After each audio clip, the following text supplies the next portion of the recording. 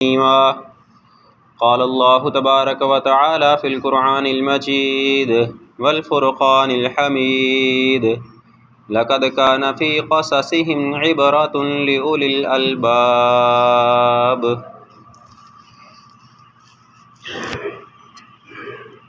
मोहतरम सामिईन और सामिआत,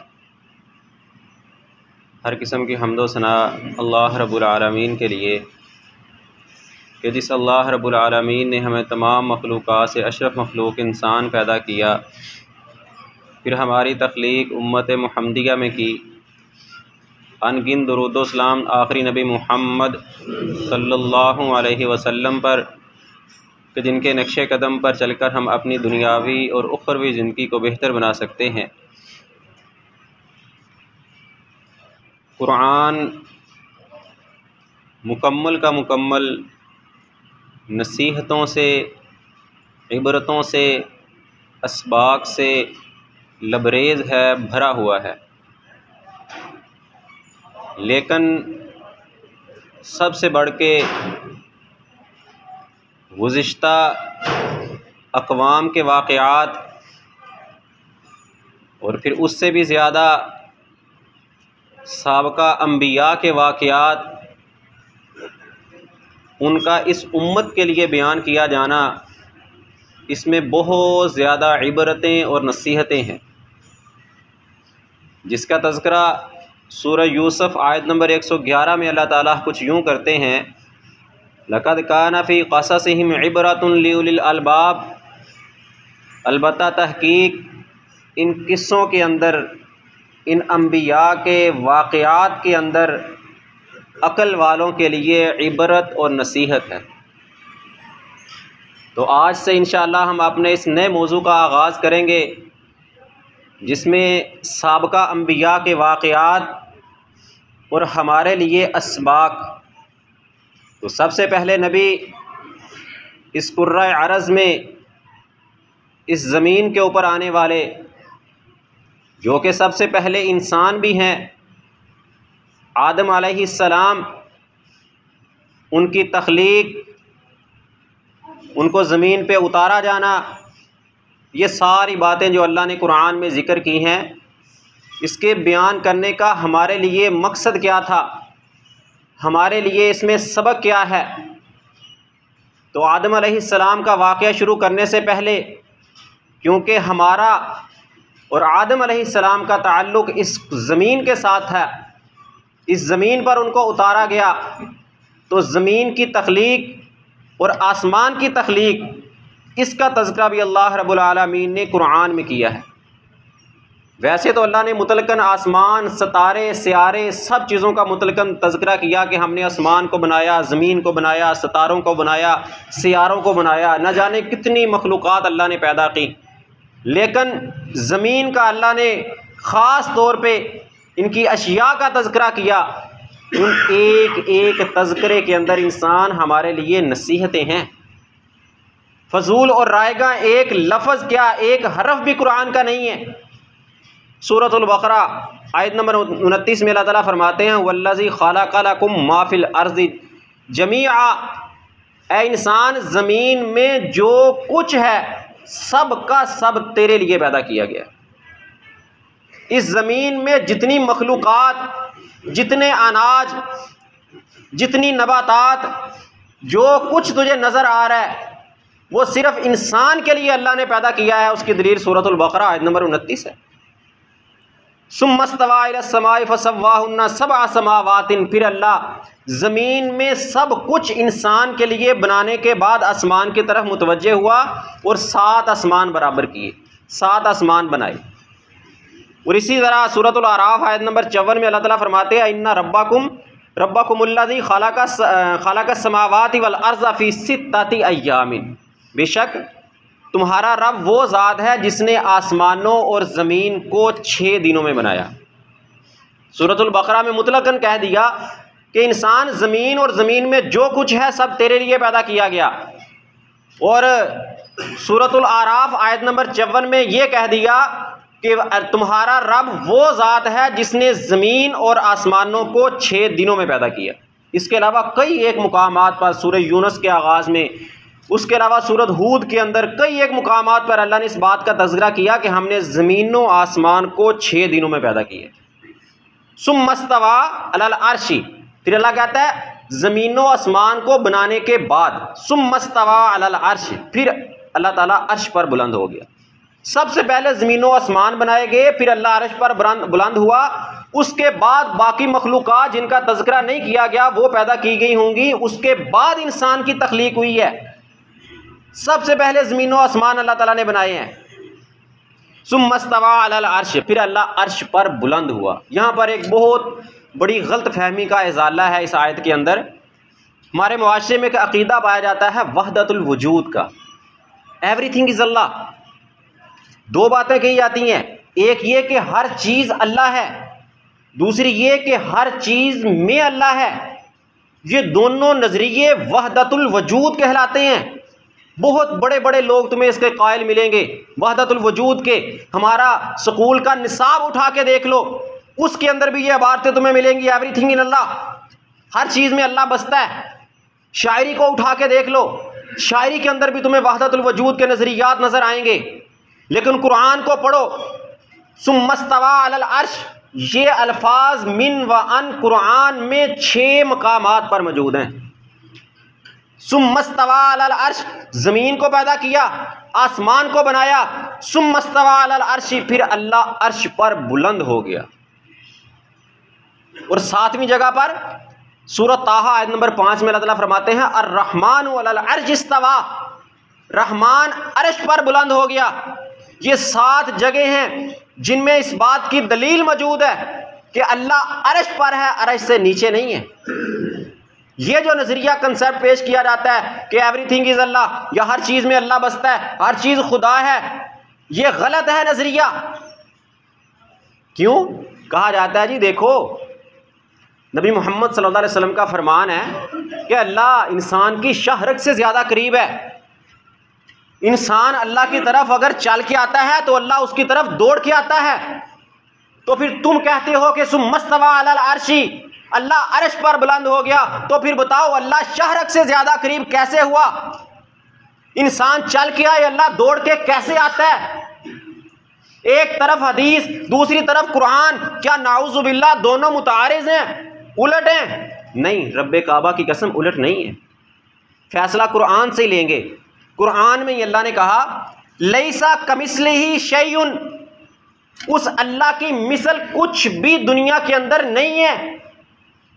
इंसान समझता है कि जिस तरह मैं छत के ऊपर चढ़ता हूं तो यक वक्त छत पे होता हूं, ज़मीन पे नहीं हो सकता।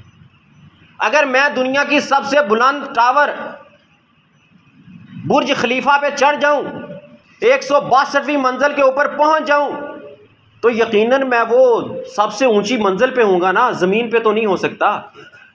तो फिर अल्लाह जब अर्श पर है तो अल्लाह ज़मीन पे कैसे हुआ? जब अल्लाह मेरी शाहरग के करीब है तो लाहौर पे बैठे इंसान की शाहरग के करीब कैसे हुआ?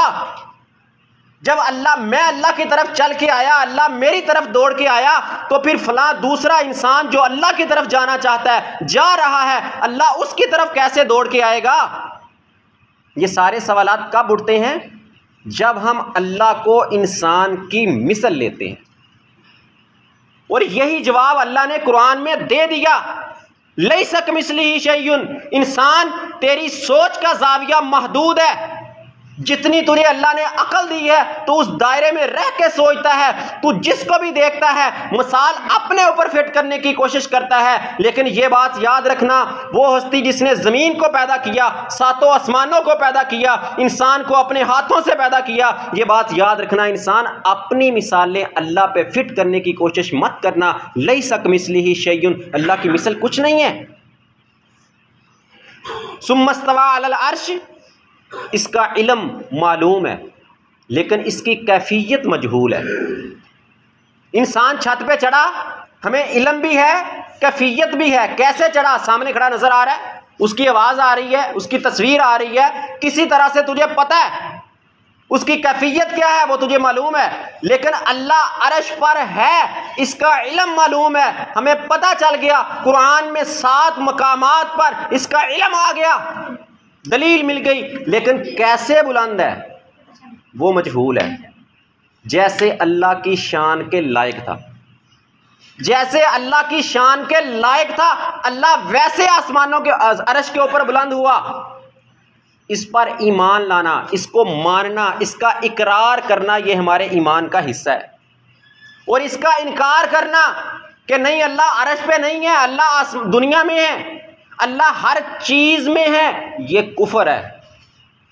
कुरान की 7 आयात 7 जगहों पे जो अल्लाह ने कहा सुम्मस्तवा अलल अर्शी, अल्लाह अर्श पे बुलंद हुआ, अर्श पे चला गया, अर्श पे चढ़ गया, इन 7 मुकामात का इनकार है। अगर मेरा अकीदा ये हुआ कि एवरीथिंग इज अल्लाह, हर चीज में अल्लाह बसता है, अब सवाल यह है कि अल्लाह किस तरह हर चीज में है।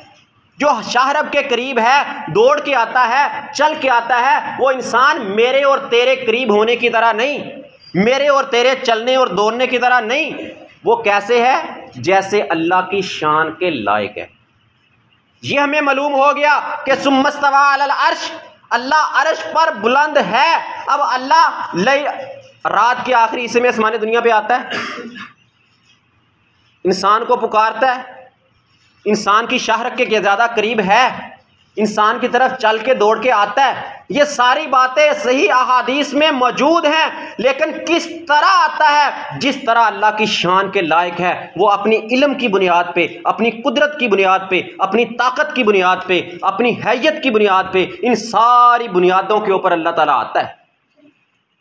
लेकिन यह बात याद रखना, अकीदा ये रखना कि अल्लाह अर्श पर है, क्योंकि कुरान में 7 मुकामात पर इस बात की दलील मौजूद है। सुम्मस्तवा अलल अर्शी अर्रहमानु अलल अर्शी इस्तवा, अल्लाह अर्श पर बुलंद है, रहमान अर्श पर बुलंद है, इसका अकीदा रखना है। और अल्लाह कैसे हमारे करीब आता है? अपने इल्म, कुदरत, ताकत, हैयत के एतबार से। ये बात वाज़ेह हुई।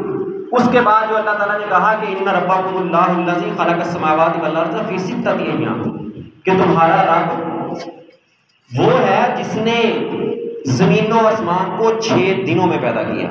अब यहाँ पर ये बात समझ लेना ज़रूरी है। ये आयत हमने कितनी बार पढ़ी होगी ना, और हम यकीनन शायद हमारे जहन में यही सवाल आता है कि अल्लाह ने जो हमारे दुनिया वाले दिन रात हैं, इन दिनों के द्वार से 6 दिन में पैदा किया।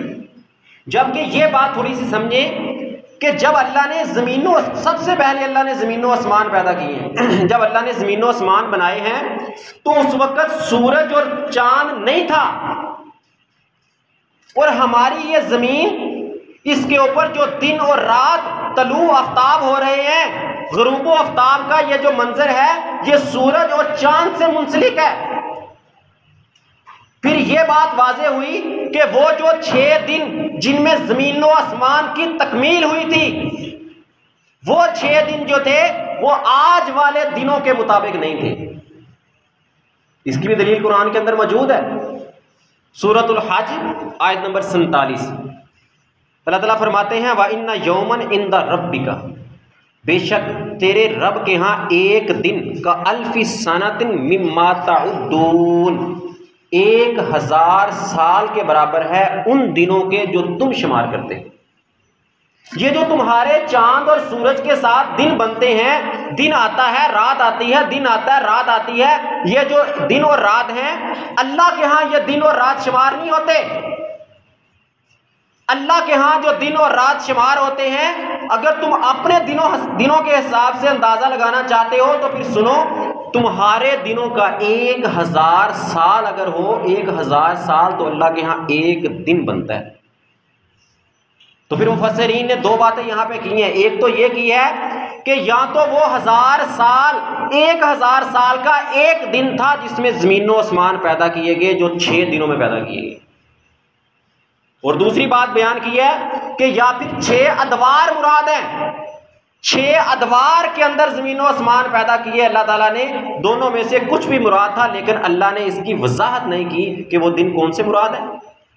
लेकिन यह बात वाज़ेह है कि ये आज वाले दिन और रात जो सूरज और चांद से बदलते हैं, ये वाले दिन और रात मुराद नहीं है, क्योंकि खुद आगे यही जो आयत है सूरतुल आराफ आयत नंबर 54, इसी आयत में अल्लाह ताला आगे बयान कर रहे हैं युगशल लैला लैलन नहारा, फिर ये ज़मीन और आसमान बनाने के बाद, ज़मीन बनाई, आसमान बनाया, फिर अल्लाह अर्श पे चला गया। उसके बाद अल्लाह ने रात को, दिन को रात पर उड़ा दिया। यानी दिन और रात की तख्लीक, दिन और रात को बनाना, ये ज़मीन और आसमान की तख्लीक के बाद हुआ है। ज़मीन और आसमान पहले बनाए गए हैं 6 दिनों के अंदर। तो इससे भी साबित हुआ कि आज वाले 6 दिन मुराद नहीं थे, वो अल्लाह बेहतर जानता है। या तो 1000 साल का एक दिन आज के मुताबिक हो सकता है, या 6 अदवार मुराद हो सकते हैं, या अल्लाह बेहतर जानता है कि इन 6 दिनों से मुराद क्या था। तो अल्लाह ताला ने रात को दिन पर उड़ा दिया। यतलुबु हसीसा, जो एक दूसरे के पीछे बहुत तेजी से चलते हुए आ रहे। कभी ये नहीं हो सकता भाई पूछो क्या है, दिन है या रात है। रात और दिन के मिड में कुछ नहीं है। सूरज तलू है तो दिन है, सूरज गुरूब हुआ, चांद तलू हो गया तो रात है। यतलुबु हसीसा, जो तेजी के साथ एक दूसरे के पीछे चल रहे हैं, कोई दरमियान में गैप नहीं है, वक्फा नहीं है, तसलसल के साथ एक खत्म हुआ दूसरा शुरू हो गया, वो खत्म हुआ तीसरा शुरू हो गया। ये उसी के साथ तसलसल के साथ अल्लाह कहता है इनको चलाया जा रहा है। यतलुबुहु हसीसा वश्शम्स वल कमर वन नजूम मुसख्खरातिन बिअमरिही, फिर अल्लाह कहता है हमने सूरज को बनाया, चांद को बनाया, सितारों को बनाया, मुसख्खरातिन बिअमरिही, जो अल्लाह के हर हुक्म के ताबे हैं। अब यहाँ पर अल्लाह ने चांद, सूरज, सितारे, सारी चीज़ों का तज़किरा किया है, मुतलकन तज़किरा कर दिया, उसकी वजाहत नहीं की कि किस तरह बनाया, क्योंकि ज़मीन का ताल्लुक इंसान के साथ था तो उसकी अल्लाह ने वजाहत की है। आगे सारी वजाहत, ये जो अल्लाह ने कहा ना मैं 6 दिनों में बनाए हैं, 6 दिनों की आगे पूरी वजाहत आएगी किस तरह 6 दिनों में मुकम्मल किया अल्लाह ने इनको। अला लहुल खल्क़ वल अम्र, हाँ याद रखना हर किस्म की पैदाइश और हर किस्म का हुक्म ये सिर्फ और सिर्फ अल्लाह के लिए है। अला लहुल खल्क़ वल अम्र, अगर अल्लाह जमीन को पैदा कर सकता है, 7 आसमानों को पैदा कर सकता है, तो फिर तेरे घर के अंदर औलाद को पैदा करने वाला भी रब है। अला लहुल खल्क़ वल अम्र, जरा गौर कर उस जमीन के ऊपर जिसको पांव के नीचे रौंद के गुजरता जाता है, जिसके अंदर हल चला के अनाज उगाता है, तेरे लिए कितनी निशानियां हैं। अल्लाह ने कहा था मैंने कुरान के अंदर अक्ल वालों के लिए निशानियां रखी हैं। किसने पैदा किया जमीन को? ये जो आसमान तेरे ऊपर छत बन के खड़ा है, ये किसने पैदा किया है? अल्लाह ने पैदा किया है। जो अल्लाह इतनी बड़ी जमीन को पैदा कर सकता है, जो 7 आसमानों को बगैर सतून के, बगैर किसी पिलर के खड़ा कर सकता है, एक आसमान दूसरे पे गिरने नहीं देता, जमीन वाला आसमान तुम पे गिरने नहीं देता। अगर अल्लाह वो पैदा कर सकता है तो फिर तेरे घर के अंदर औलाद मांगने के लिए, रिज़्क़ मांगने के लिए, तुझे अपनी हाजात पूरी करवाने के लिए गैरों के दर पे जाने की जरूरत नहीं है। उस अल्लाह से मांग जिसने जमीन को पैदा किया, जिसने 7 आसमानों को पैदा किया, जो एक बड़े फासले के साथ तरतीब से खड़े हैं। तबारकल्लाहु रब्बुल आलमीन, बाबरकत है वो रब, बाबरकत है वो ज़ात, बाबरकत है वो अल्लाह जो तमाम जहानों को पालने वाला है। ये हमने बड़ी दफा सुना होगा ना, रब्बुल आलमीन, अल्हम्दुलिल्लाहि रब्बिल आलमीन, तमाम जहानों को पालने वाला। हम समझते हैं शायद ये जमीन ही हमारा एक जहान है। सिर्फ जमीन हमारा जहान नहीं है, बल्कि ये जमीन दुनिया के अंदर, इस कायनात के अंदर लाखों कहकशाएं हैं। उन कहकशाओं में करोड़ों निज़ाम शमसी हैं, और उन निज़ाम शमसी में से एक हमारा सूरज का निज़ाम शमसी है। और इतने बड़े निज़ाम शमसी में जिसके आज तक 9 सियारे जो सूरज के गिर्द गर्दिश में हैं, कुल्लुन फी फलकिन यस्बहून, कुरान में अल्लाह ने उसका तज़किरा किया सूरह यासीन आयत नंबर 82 में, कि हर एक अपने अपने मदार में एक तरतीब के साथ चक्कर लगा रहा है।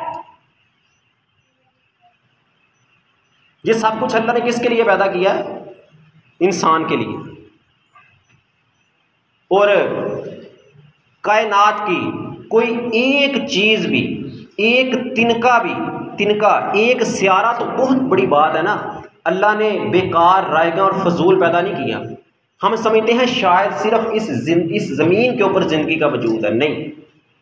वो जो हमारा एक सियारा, एक निज़ाम शमसी है, उसका सूरज से तीसरे नंबर पे जो जमीन है, तीसरे नंबर पे, उसके ऊपर हम रह रहे हैं। चौथे नंबर पे जो मरीख है, आज साइंसदान उस तक जाने की जुस्तजू में है। नासा एक अदारा है, उसने बड़ी कोशिश की, बड़ी लगन की, बड़े खलाई मिशन भेजे, पता नहीं क्या कुछ किया, 20 साल से लगा हुआ है कि मरीख पे कदम रखूंगा। देखना क्या है कि वहां पे जिंदगी का वजूद है।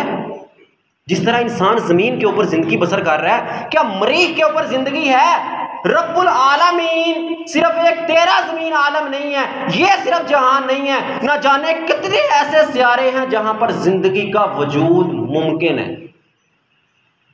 चंद दिन कबल रिपोर्ट आई, नासा की इदारा है, खलाई मिशन भेजते हैं। उन्होंने कहा कि हमने मरीख के ऊपर एक पौधा देखा है, पौधा, और पौधे का वजूद यकीनन ऑक्सीजन की मौजूदगी का सबूत है, और ऑक्सीजन कार्बन डाइऑक्साइड की मौजूदगी का वजूद, वहां पे जिंदगी के मौजूद होने का इम्कान है। फिर आगे साइंसदानों के तज्जिए हैं, नजरियात हैं कि वहां कोई बहुत बड़ी बिग बैंग थ्योरी हुई, पता नहीं क्या कुछ हुआ, कैसे कायनात वजूद में आई, सितारे टूटे, सियारे टूटे, हालात चेंज हुए, जिसको कुरान में जगह जगह बयान किया गया है। बताने का मतलब यह है कि जिस तरह इस जमीन के ऊपर इंसान की जिंदगी का वजूद है, इस तरह न जाने कितने ऐसे सियारे हैं जहां पर जिंदगी मौजूद है, मखलूकात आबाद हैं। वो कौन सी मखलूक हैं, क्या जिम्मेदारियां हैं, किस तरह पैदा की गई, वो सब कुछ अल्लाह बेहतर जानता है, हम उसके बारे में नहीं जानते। रब्बुल आलमीन जितने जहान हैं, जितने सियारे हैं, जितनी मखलूकात हैं, वो सबका मालिक है, सबको पालने वाला है। सिर्फ इंसान को नहीं, जमीन के ऊपर इंसान मखलूकात को तलाश करना चाहे तो नहीं पूरा कर सकता। जमीन की बेशुमार करोड़ों ऐसी इंसान मखलूकात हैं जिनको दरियाफ्त कर चुका है, और कितनी ऐसी हैं जिनको भी दरियाफ्त नहीं कर सका। रब्बुल आलमीन वो सबको पालने वाला है, सारे जहानों का पालने वाला है। तो यहां पर अल्लाह ताला ने कहा कि हमने 6 दिनों के अंदर जमीन, सूरतुल आराफ आयत नंबर 54 में जो कहा कि हमने 6 दिनों के अंदर जमीन और आसमान को पैदा किया।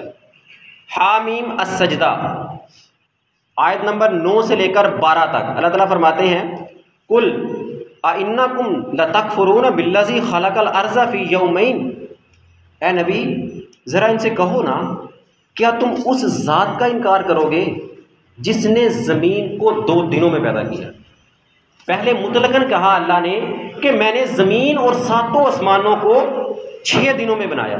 अब सूरत हामीम अस-सजदा में कैसे कैसे बनाया उसकी सारी एक्सप्लेनेशन कर दी, वजाहत कर दी।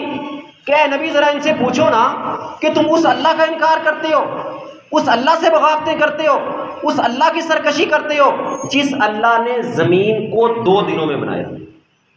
और उसके बाद वजाला फीहा रवासिया मिन फौकिहा, फिर अल्लाह ने ज़मीन के ऊपर पहाड़, ऊपर से पहाड़ बना दिए।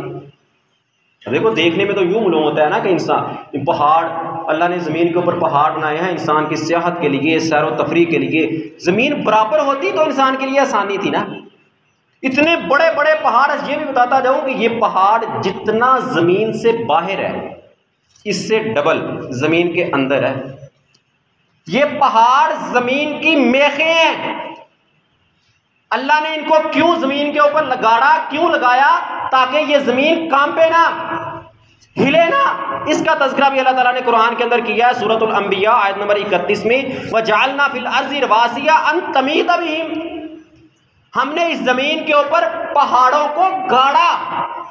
जिस तरह एक मेख किसी चीज में लगाई जाती है, गाड़ी जाती है, तो बताओ मेख का ज्यादा हिस्सा उस चीज में होता है या बाहर होता है?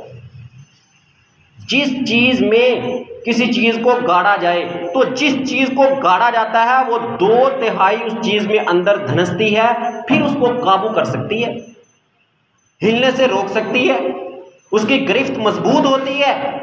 तो ये पहाड़ अल्लाह ने इसलिए जमीन पे लगाए ताकि ये जमीन हिले ना, कांपे ना।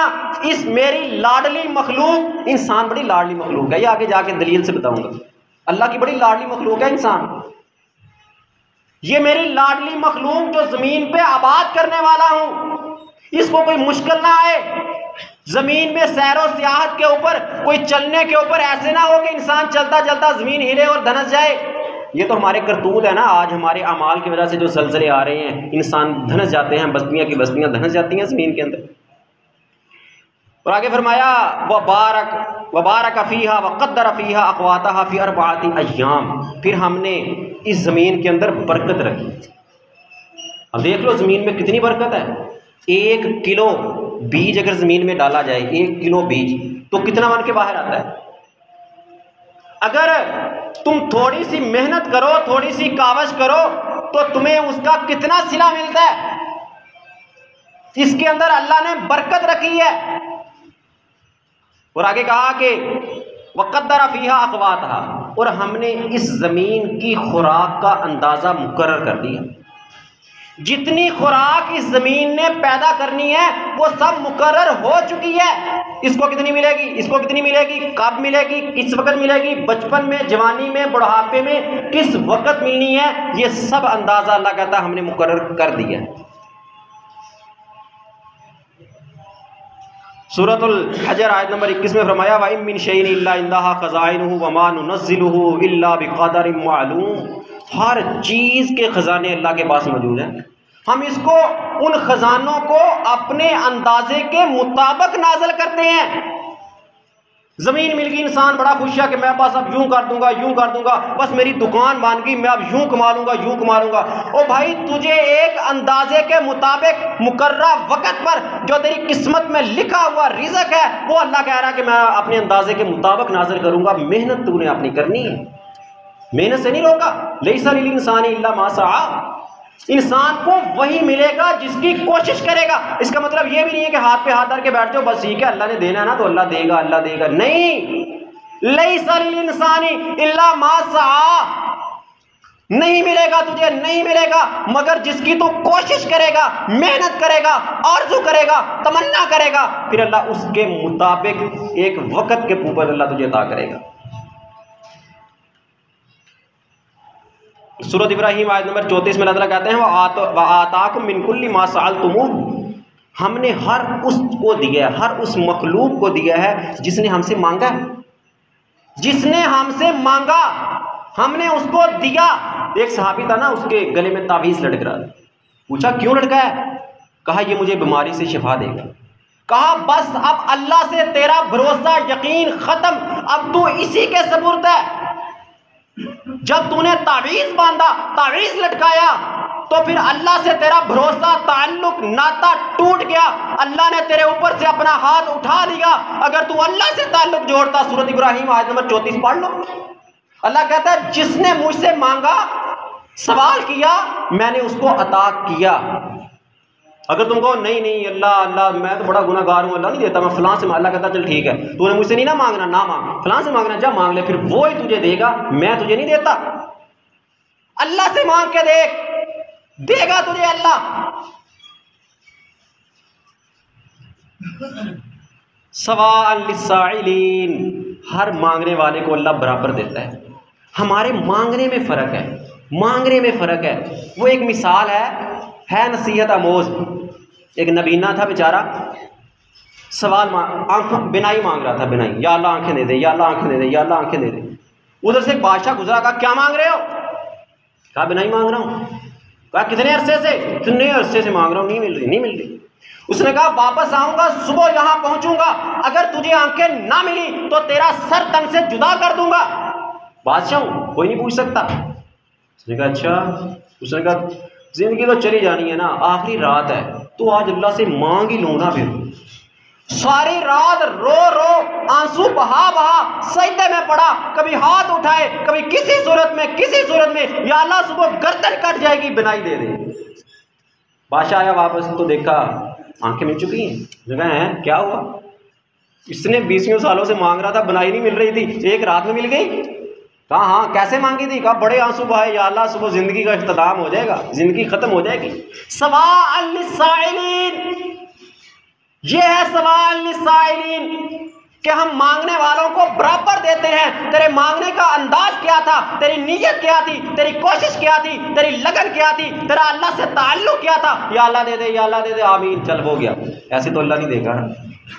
वैसे मांग जैसे उस नबीने ने रात को आंसू बहा के सुबह गर्दन कट जाने के खतरे से मांगा था, एक रात में अल्लाह ने बिनाई लौटाई थी। तू भी अपने मांगने का अंदाज बदल के देख, अल्लाह तुझे जरूर देगा।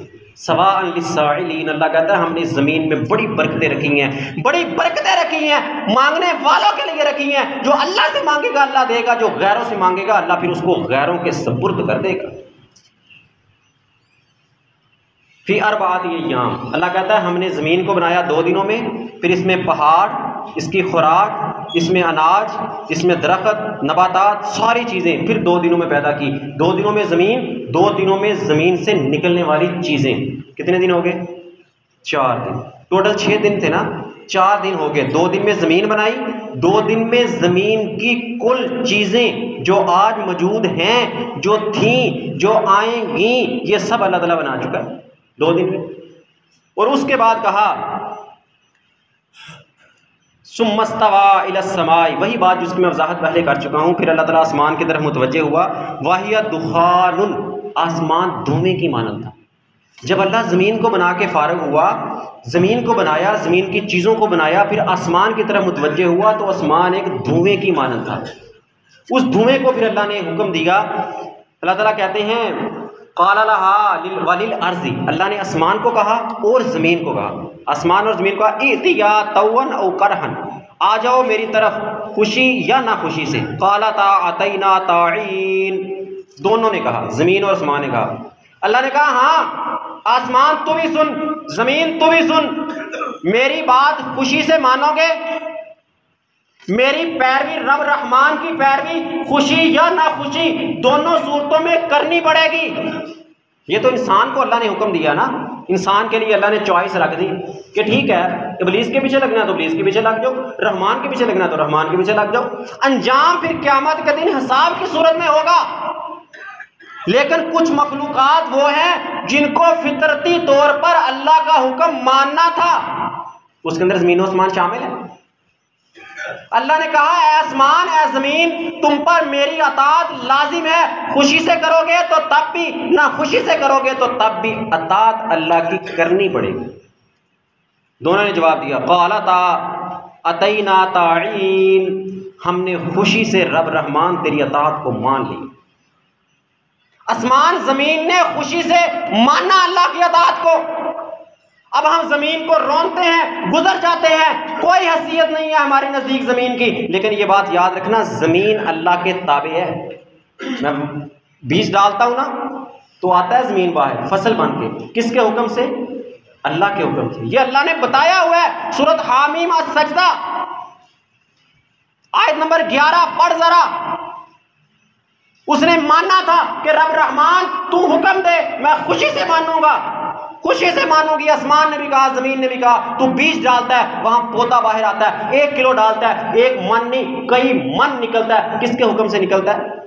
रब रहमान के हुक्म से निकलता है। क्यों? जमीन ने माना हुआ है। और तेरे लिए क्या सबक है कि वो जमीन जो तेरे भी ताबे है, तू जहां हल चलाना चाहे जा सकता है, जहां बीज डालना चाहे जा सकता है। तू अगर टीले को बराबर करना चाहे कर सकता है। कभी किसी टीले ने कहा नहीं नहीं मैं नीचे नहीं आऊंगा, तू जो मर्जी कर ले, मैं नीचे नहीं आ सकता? नहीं, ताबे है तेरे जमीन, अल्लाह की फर्मा बरदार है, तेरे ताबे है। तू जहां चलाना चाहे, जहां बोना चाहे, जहां मकान बनाना चाहे, फैक्ट्री लगाना चाहे, दुकान बनाना चाहे, पूरी जमीन पे जहां बनाना चाहे बना सकता है। क्योंकि जमीन अल्लाह की फर्मा बरदार है, उसको तेरे ताबे किया हुआ है अल्लाह ने। तेरे लिए क्या हुक्म है कि जब जमीन अल्लाह के ताबे है तो ऐ इंसान तू भी अल्लाह के ताबे हो जा। वरना कहीं ऐसा ना हो कि जो जमीन बीज को उगा सकती है वो गाल भी सकती है, वो साड़ भी सकती है, वो पकी हुई फसल को जला भी सकती है, उगे हुए बागात को ज़ाय भी कर सकती है। जमीन में सुनते नहीं है सेम थोर का पानी जमीन से ज्यादा बाहर आ जाता है।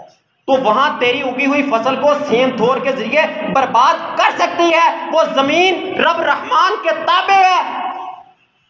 खुशी से तस्लीम किया उसने, रब जो तू हुक्म देगा मैं मानूंगी। इंसान तेरे लिए सबक है, तू अगर जमीन से फायदा उठाना चाहता है तो रब रहमान के ताबे हो जा, खुशी से रह। ये नहीं है फिर कहते हैं ना नुकसान हो जाए, बाजी अल्लाह दी मर्जी। क्यों? ये खुशी से अल्लाह के ताबे नहीं हुआ। तू जब कोई उशर लेने वाला आया, सदका लेने वाला आया, तो तूने हाथ बंद कर लिए। जो अल्लाह का हक फर्ज था वो देने से इनकार कर दिया। जब नुकसान हो गया, बस ये अल्लाह का हुक्म, क्यों? ये तूने खुशी से नहीं मानना अल्लाह का हुक्म, तूने नाराज़गी से मानना है, नुकसान करवा के मानना है, थप्पड़ खा के मानना है, सजा लेके मानना है। खुशी से मान अल्लाह का हुक्म, क्योंकि ज़मीन और आसमान ने भी खुशी से अल्लाह का हुक्म मानना था।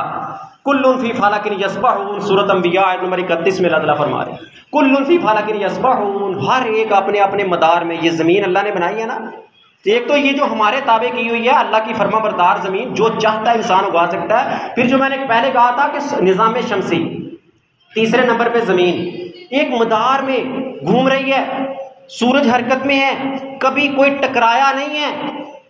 साइंसदानों का तज्जिया है कि 4.5 अरब साल गुजर चुके हैं, 4.5 अरब साल ज़मीन को बने हुए, ज़मीन को वजूद में आए हुए 4.5 अरब साल, मामूली बात नहीं है। ये तो अल्लाह बेहतर जानता है। ये दुनिया के जिनकी बड़ी महदूद सी अकल है जो अल्लाह ने उनको दी है इंसानों को, उसके मुताबिक 4.5 अरब साल से एक मदार के अंदर ज़मीन घूम रही है। कभी टकराई किसी सियारे से या सूरज से? टकरा जाए तो क्या होगा? निज़ाम दरहम बरहम हो जाएगा, क़यामत बर्पा हो जाएगी। तो इंसान तेरे लिए ये सबक है कि जिस तरह ज़मीन एक मदार के अंदर घूम रही है, सूरज एक मदार में महव कर रहा है, तू भी एक मदार में आ जा जो अल्लाह ने तेरे लिए बनाया है। क्या है मदार? सुबह उठा है ना, तो तेरा मदार अल्लाह ने मुकर्रर किया है मस्जिद की जानिब। तू मस्जिद के छोड़ के अपनी खेत की जानिब जाएगा, तू अपने मदार से निकल चुका है। समझ ले तेरी जिंदगी का निजाम दरहम बरहम होना शुरू हो गया। तेरा मदार अल्लाह ने कुल्लुन फी फलकिन यस्बहून, हर एक को अल्लाह ने, हर सियारे को, सितारे को, हर चीज को एक मदार के अंदर रखा है, एक मदार के अंदर। तेरा भी एक मदार मुकर्रर है। इस आयत को कितनी बार तूने पढ़ा? कभी समझ आया तूने कि अल्लाह ने एक जमीन को एक मदार में क्यों घुमाया, सूरज को क्यों मुकर्रर किया? वो सुबह तुलू होता है, शाम को गुरूब होता है, चांद शाम को तुलू होता है, सुबह गुरूब होता है। क्यों? आखिर वजह क्या है? किस लिए किया? इंसान तेरे लिए एक एक चीज में निशानियां हैं। जिस तरह ये सारी चीजें अपने अपने मदार में चल रही हैं ना, अल्लाह के हुक्म के ऐन मुताबिक चल रही हैं, इंसान तो भी अल्लाह के हुक्म के ताबे हो जाए। नमाज से आगाज कर सुबह का, जोहर का वक़्त हुआ तो तेरा मदार तजारत नहीं है, तेरा मदार खेती बाड़ी नहीं है, तेरा मदार घर नहीं है, दुनिया का कारोबार लेन देन मामलात नहीं है, स्कूल कॉलेज यूनिवर्सिटी नहीं है, तेरा मदार मस्जिद है। आ जाए मस्जिद में वापस, वरना जिस तरह अगर जमीन मदार से निकल गई तो क़यामत बर्पा हो जाएगी। अगर तू मदार से निकल गया तो तेरी जिंदगी में क़यामत बर्पा हो जाएगी। तुझे नजर नहीं आ रही क़यामत, वो तुझे मरने के बाद नजर आएगी। मरने के बाद तुझे पता चलेगा तू अपने मदार से निकल चुका था जो अल्लाह ने तेरे लिए मुकर्रर किया था। कुल्लुन फी फलकिन यस्बहून, हर कोई अपने मदार में तैर रहा है, अपने मदार में चल रहा है। तेरा जो मदार मुकर्रर था, तू अपने मदार से निकला, क़यामत बर्पा हो चुकी थी, तुझे इल्म नहीं हुआ। मरने के बाद तुझे पता चला, ओहो मैं तो मदार से हट चुका था, सिराते मुस्तकीम से निकल चुका था, क़यामत तो बर्पा हो चुकी थी, मुझे तो आज इल्म हुआ। आजा वापस अपने मदार के अंदर। फिर अल्लाह ताला कहते हैं, यही सूरत हामीम सजदा फ़क़ज़ाहुन्ना सबअ समावातिन फ़ी यौमैन, फिर अल्लाह ने 7 आसमान बनाए 2 दिनों में। ये सूरत हामीम सजदा 9 से लेकर 12 तक अल्लाह ने इसकी 6 दिनों की वजाहत की है कि हमने 2 दिनों में ज़मीन बनाई, फिर 2 दिनों में ज़मीन के ऊपर जितनी चीज़ें थी वो सारी हमने पैदा की, पहाड़ बड़े से लेकर छोटी से छोटी चीज़ें सब पैदा की। फिर उसके बाद अल्लाह आसमान की तरफ मुतवज्जे हुआ, फिर अल्लाह ने 2 दिनों के अंदर आसमान बनाया, 6 दिन पूरे हो गए। आखिर में एक बात करके अपनी बात को ख़त्म करता हूँ। सूरह यासीन आयत नंबर 82 में अल्लाह ताला कहते हैं, इज़ा अरादा शैयन अन यक़ूला लहू कुन फ़यकून, जब अल्लाह ताला किसी चीज़ का इरादा करता है ना बनाने का, तो अल्लाह उसको कहता है कुन, हो जा, वो हो जाती। तो आखिर ये ज़मीन अल्लाह ने कुन कह के क्यों नहीं पैदा की? ये पहाड़, ये नबातात, ये सारी चीज़ें अल्लाह कुन कहता तो बन जाती। आसमान था ना, अल्लाह के ताबे था ना, उसने कहा था अल्लाह तू जो कहेगा मैं मानूंगा, खुशी से मानूंगा। अल्लाह कहता कुन, बन जा, वो बन जाता। 2 दिन क्यों लगाए आसमानों को बनाने में? 4 दिन क्यों लगाए अल्लाह ने जमीन और जमीन की अशिया को पैदा करने में? मुफस्सिरीन यहाँ पर एक बड़ा अहम नुक्ता बयान करते हैं, कहते हैं कि अल्लाह, क्योंकि ये ज़मीन का ताल्लुक इंसान के साथ था, आसमान इंसान ने नीचे से देखना था, वो देखो आसमान, मेराज करवा के अल्लाह के नबी सल्लल्लाहु अलैहि वसल्लम को अल्लाह ताला ने 7 आसमान दिखा दिए अल्लाह के नबी को, जा अपनी उम्मत को बता देना कि 7 आसमान अल्लाह ने बनाए हैं और मैं देख के आया हूँ। क्यों 2 दिन लगाए अल्लाह ने आसमान बनाने? क्या उम्मत मुहम्मदिया के लोगों, जल्दबाज मत बनो, हर काम को एक बितदरीज, Aahista Aahista, step by step, मरहला वार करना, वरना अल्लाह कुन कह के बना सकता था। इंसान बड़ा जल्दबाज है ना, वो कहता है बस जल्दी जल्दी मैंने फसल बोई है, 2 बोरियां खाद की डालूं, ये कर दूं, वो कर दूं, यूरिया डाल दूं, एग्रो डाल दूं, गवारा डाल दूं, क्या कुछ डाल दूं, मुझे बस 1 एकड़ में 100 मन गंदा निकला है। जल्दबाज मत बन। ये ज़मीनों आसमान की तख्लीक तुझे सबक दे रही है कि हर काम को स्टेप बाय स्टेप कर, हर काम को ऐसा ही। असल ख़ास तौर पर मैं अपने नौजवानों को ये बड़ा अहम सबक, अहम बात करना चाहता हूँ। हमारे नौजवानों में एक बात चलती है, नौजवान हो गए ना, बस घर वालों को क्या कहूँगा, पंजाबी के कहते हैं डंडा चढ़ा दिया, शादी कर दो, शादी कर दो, मैं जवान हो गया। ठीक है, अच्छी बात है, कर दो, हुक्म है नबी मोहम्मद सल्लल्लाहु अलैहि वसल्लम का, बच्चा जवान हो जाए उसकी शादी कर दो। लेकिन इतनी जल्दबाजी मत करो कि आगे ना देखो पीछे ना देखो, बस कर दिया हो गया गया नहीं। ये ज़मीनों आसमान की तख्लीक तुझे सबक दे रही है कि अगर रब रहमान कुन कह के बना सकता था, उसने 6 दिनों में बनाया ना ज़मीनों आसमान, तो भी ज़रा सोच समझ के कदम उठाना। ये पूरी ज़िंदगी का मामला है। ये गाड़ी के 2 पहिए बराबर चल सकेंगे तो तब चलना। रिश्ता देख, दीनदारी देख, दुनिया देख, आखिरत देख, देख उसका मिजाज कैसा है, उसका मिजाज कैसा है। अगर चल सकता है तो कर रिश्ता, अगर नहीं चल सकता तो पहले सोच ले, जल्दबाजी मत कर। हमारे मुआशरे में नौजवानों में बड़ी जल्दबाजी चलती है, बड़ी जल्दबाजी है। ये सबक है। ये तो एक मिसाल मैंने तुम्हें दी है, एक मिसाल कारोबार के अंदर। इंसान चाहता है बस आज 5 लाख डालूं, सुबह वो 50 लाख हो जाए, 1 महीने में प्रोग्रेस आ जाए। नहीं, 50,000 से शुरू कर, 50 लाख पे जा, ये है तेरा कारोबार। वरना हमारे मुआशरे में 50% ऐसे लोग हैं जो 50 लाख से शुरू करते हैं और 50,000 पे आके कारोबार एंड हो जाता है, तबाह हो गया, बर्बाद हो गया। कितने ऐसे कारोबार? नहीं, गलत है ये तरीका। कम से शुरू करो, ज्यादा की तरफ जाओ, ऐसा ऐसा स्टेप बाय स्टेप, मरहला वार तरक्की की तरफ चल। ज़मीनों आसमान की तख्लीक तुझे सबक दे रही है, जल्दबाज मत बन। अल्लाह ताला से दुआ है कि अल्लाह ताला में हक बात को समझ के उस पर अमल करने की तौफीक अता फरमाए। इंशाअल्लाह आइंदा जुमा आदम अलैहिस्सलाम की तख्लीक क्यों हुई, कैसे हुई, किस तरह हुई, ख़ास तौर पर अल्लाह ताला ने फरिश्तों से ये बात क्यों शेयर की थी। इस क़ाल रब्बुका लिल मलाइकति इन्नी जाइलुन फिल अर्ज़ि खलीफा के फरिश्तों को अल्लाह ने कहा कि मैं ज़मीन में खलीफा बनाने वाला हूँ। इंशाअल्लाह इस पर तफसील से बात होगी। भाइयों से दरख्वास्त है कि भाई वक़्त के ऊपर आया करें ताकि दीन की बात को समझ सके और